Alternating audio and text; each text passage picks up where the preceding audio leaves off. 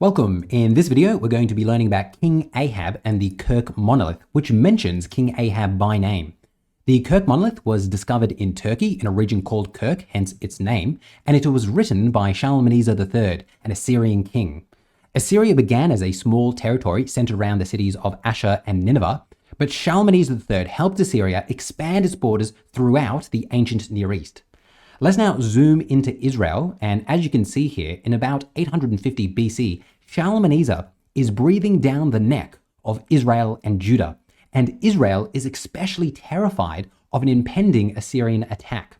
Before we continue, can I encourage you to hit that like button, leave me a comment, and subscribe. If we could get to 70 likes on this video, that would be spectacular. And also, reading your comments is always the highlight of my day, so please share your thoughts below. Doing all of these things really does make the YouTube algorithm happy, so please make sure you hit the like button, leave a comment, and subscribe. All right, back to the content now.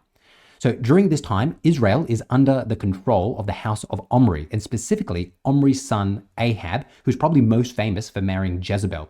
So Ahab has this huge responsibility of keeping Israel safe from the Assyrian aggression.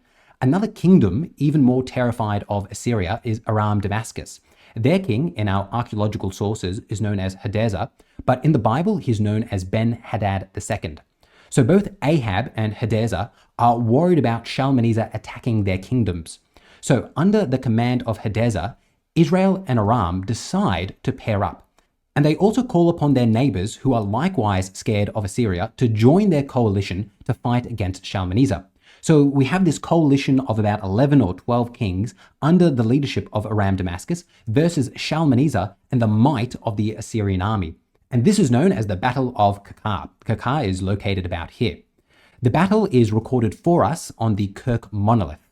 Unfortunately, despite the involvement of Israel, this battle is not mentioned in the Bible, so we're dependent upon the Kurkh Monolith, which unfortunately means we only have the Assyrian perspective on this battle. So let's now read this inscription, remembering that Shalmaneser III is speaking in the inscription. It reads, quote, "To Kaka I drew near, Kaka his royal city I destroyed, I devastated, I burnt with fire. 1,200 chariots, 1,200 cavalry, 20,000 soldiers of Hadassah of Aram Damascus, 700 chariots, 700 cavalry, 10,000 soldiers of Ulumi of Hamath, 2,000 chariots, 10,000 soldiers of Ahab the Israelite," end quote.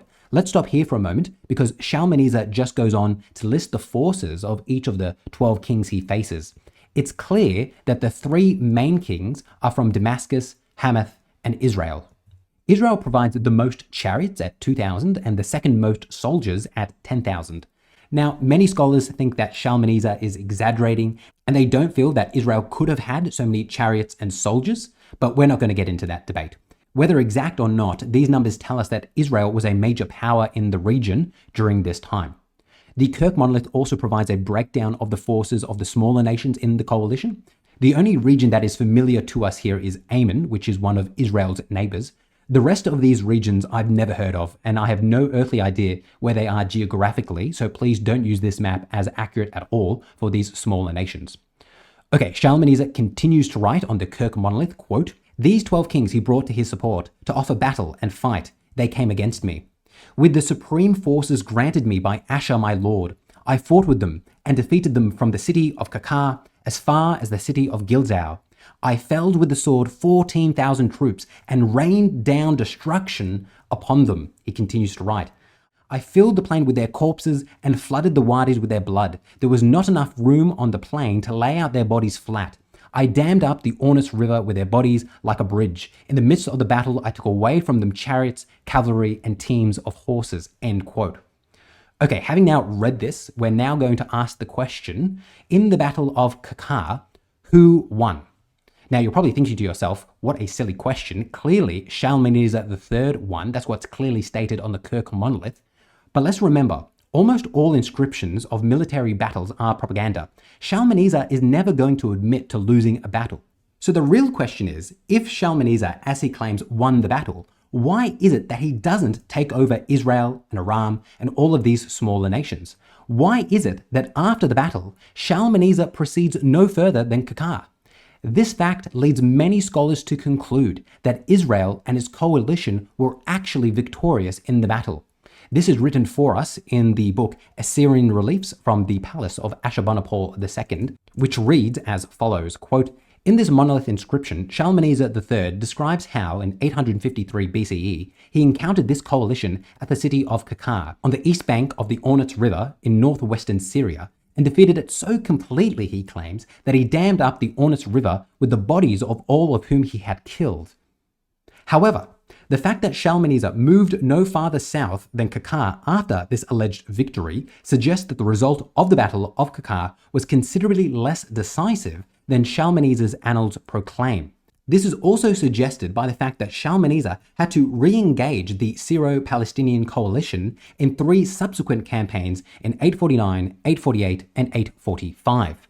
Indeed, it seems that during the first years of Shalmaneser's reign, the northern kingdom of Israel at least continued to enjoy much the same political strength and economic prosperity that it had experienced during the time of Ashurbanipal II. Finally, the size of Ahab's contribution to the anti-Shalmaneser fighting force at Kaka indicates, for example, that Israel was still a major military power in Syria-Palestine at the end of the first half of the 9th century BCE. End quote. Alright, having now surveyed the Kurkh monolith in some detail, it's really important that we situate it in relation to the other archaeological artifacts we have for Israel. But I'm going to reserve this part of the video for patrons only.